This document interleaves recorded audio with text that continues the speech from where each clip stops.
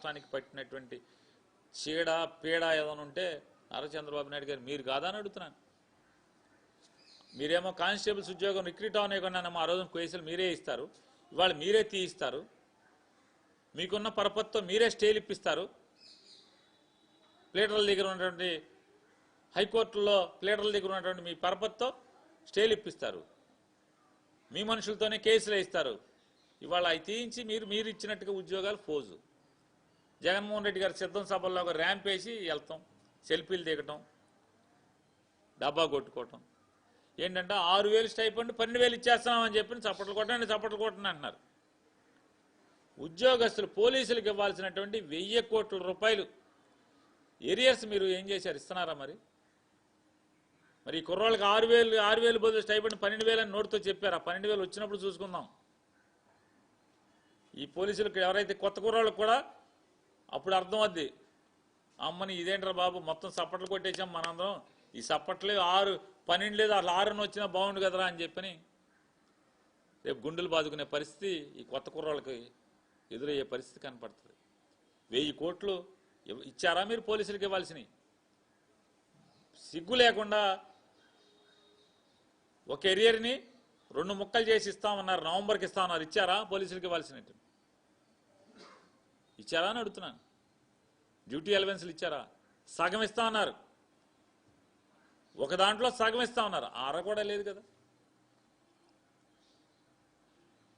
ఇవాళ ఈ ఆంధ్ర రాష్ట్రంలో 2,66,000 కోట్ల రూపాయల అప్పు తప్పితే ఈ రాష్ట్రానికి ఏమొచ్చింది మీరు రావటం వల్ల అని అడుగుతున్నా.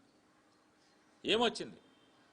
జగన్ వస్తే పోర్టులు వచ్చినాయి, జగన్ వస్తే మెడికల్ కాలేజ్ వచ్చినాయి, జగన్ వస్తే పాఠశాల విద్య ఇలా మార్చి చూపించాడు, నవీనమైన విద్యను ప్రవేశపెట్టాడు, పిల్లల్ని మెరికల్లాగా తయారు చేయడం స్టార్ట్ చేశాడు, సచివాలయ వ్యవస్థను తీసుకొచ్చాడు, ప్రజలకి కష్టం తెలియకుండా రూపాయి లంచం ఇవ్వకుండా ఏ పని కావాలన్నా గుమ్మంలో అయ్యేటువంటి పరిస్థితిని కల్పించాడు, వ్యవసాయాన్ని పండగ చేశాడు. మీరు వచ్చి వ్యవసాయం దండగంటున్నారు, ఒరువుడు బాకండి అంటున్నారు. ఇంక మామిడికాయ దగ్గరికి వెళ్ళి మామిడికాయ ఈ బాకండి రా బాబు, ఇది నరికేసి పామాయిల్ పెట్టమంటున్నారు.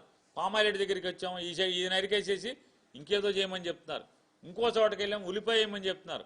ఉల్లిపాయ బాగోకపోతే అక్కడికి వెళ్ళి ఉల్లిపాయ ఎందుకురా బాబు, తీసేసి ఉల్లిపాయ పండించబాకండి, పసుపు వేసుకోమని చెప్తున్నారు. పసుపు వేసిన చోటేమో రేట్ లేదని ఏడుస్తుంటే ఆడి దగ్గరికి వెళ్ళి ఇంకో పంట వేయమని చెప్తున్నారు.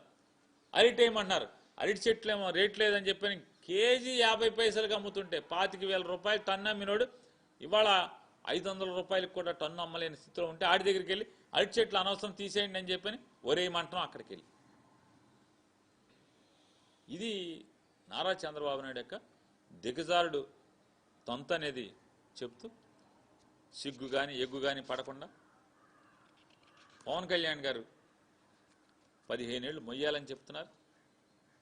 ఆయన శాఖలో ఫారెస్ట్ డిపార్ట్మెంట్లో ఏమన్నా పట్టించుకున్నారా అని అడుగుతున్నారు.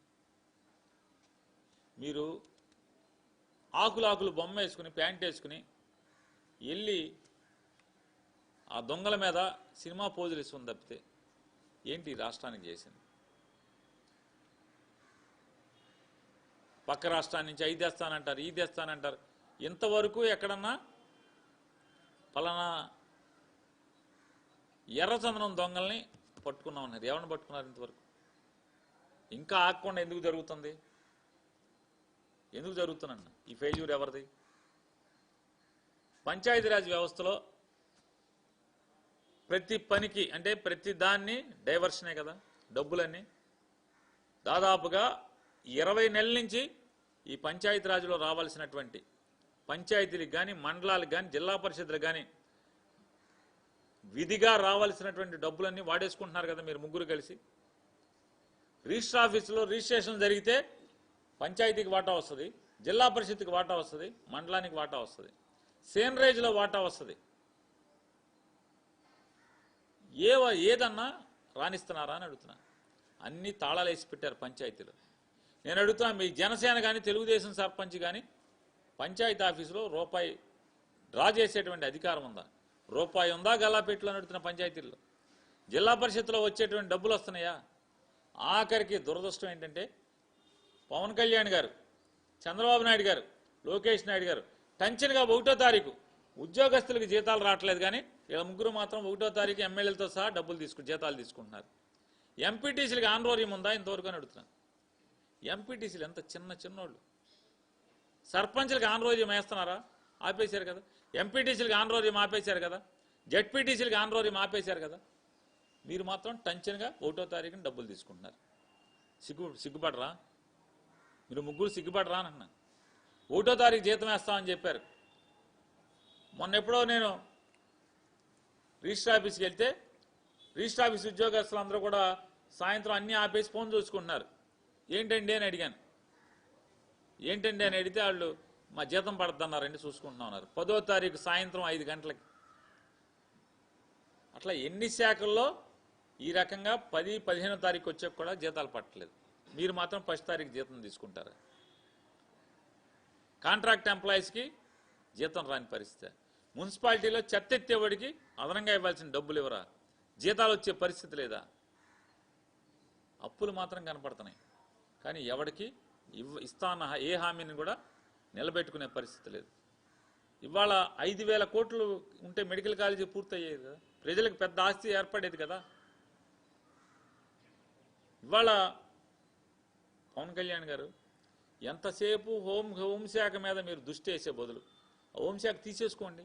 ఎందుకు పాపం అమ్మాయిని ఏదో ఆవిడ సమాచార శాఖ ఇస్తే రోజు మాట్లాడుకుంటూ వెళ్తా ఉంటుంది. ఆవిడ ఉద్యోగం అదే కదా. ప్రెస్ మీట్లు పెట్టుకుంటా జగన్మోహన్ రెడ్డిని తిడతా వెళ్తా ఉంటుంది ఆవిడ. ఎట్టకు పోలీస్ శాఖ ఆవిడ చూసే పని లేదు కదా. మీకు దాని మీద కన్ను ఉంది కదా. తీసేసుకోండి. పంచాయతీరాజ్ శాఖలో మీరేం పని చేయట్లేదు కదా.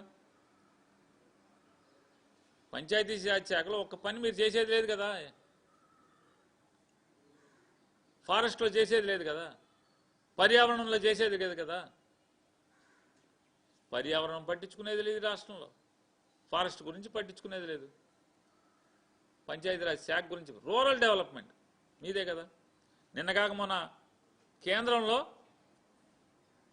90%, 10% నిష్పత్తితో పనిచేసేటువంటి ఉపాధి హామీ దాన్ని కూడా 60-40% చట్టం అంటే మీరు స్వాగతిస్తామని చెప్పని చప్పట్లు కొట్టారు. మీకు 2 ఎంపీలు ఉన్నారు కదా. మోడీతో మాట్లాడరా? నిలదీరా? ఒళ్ళంతా కారం పూసుకోరా? ఉపాధి హామీ కూలి పనులు ఆగిపోతాయి. ఎందుకంటే మీరు జీతాలు ఇవ్వలేకపోతున్నారు కదా. ఈ రాష్ట్రంలో జీతాలు ఇవ్వలేకపోతున్నారు కదా. మా దగ్గర డబ్బులు లేవంటున్నారు కదా. అప్పులు చేస్తున్నారు కదా. రేపు ఉపాధి హామీ పనికి వెళ్తే కూలీలకి 40% మీరు డబ్బులు వేయాలి కదా. వేయలేరు కదా. మరి నిలదీరా కేంద్రాన్ని. మాటలు మాత్రం కోటలు దాటుతాయి, పని మాత్రం ఏదో అన్న సామెతగా ఉంటుంది. వెనకటికి పెద్దవాళ్ళు చెప్పేవాళ్ళు, మేసేప్పుడేమో పెద్ద కోటల్లో, పనిచేసేప్పుడేమో దూడల్లో చేరేటువంటి తంతు మీది కనపడుతుంది.